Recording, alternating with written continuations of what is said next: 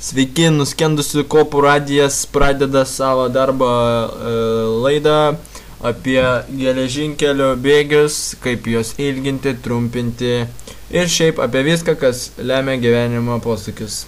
Tai vat, pradėsime nuo to, kaip, nuo trumpos pamokėlės, kaip išrinkti geležinkelio bėgius. Tai vat, pirmiausia pasiemat akmenį ir metat mašinistui į galvą. Taip, arba pasiemat sulčių pakelį ir pakišat po bėgiais. Po bėgiais.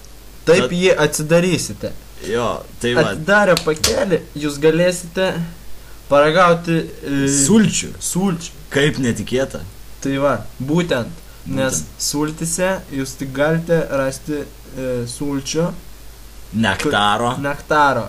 Mes, pavyzdžiui, po bėgiais metame vynuogynės, multivynuogynės ir viduogynės. Taip, tai va. Dar būnam, metam šampaną.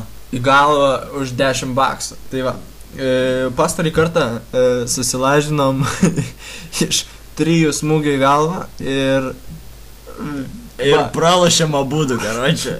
Tai va, Gavo malkų nuo mergų. Bet geras mergas buvo. Visiškos ciolės, man atrodo, jos abi iš Ukrainos buvo.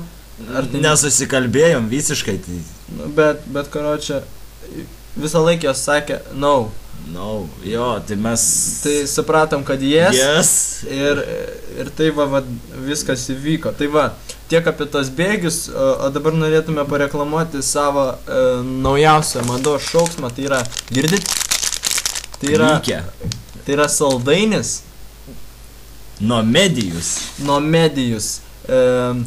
Mes šį saldainį pavadinome toroidiniu žiedu.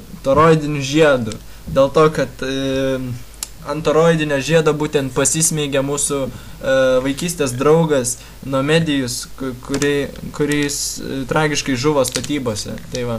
Jo, gaila labai. Dabar skiriame jam hip-hop rockinio stiliaus dainą iš Armėnijos ir užuojautą artimiesiems.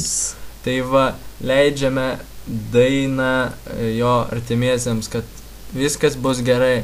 Jis dar grįž. Patikėkit.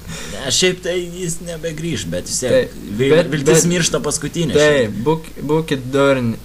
Viskas bus gerai. Tai va, gerai.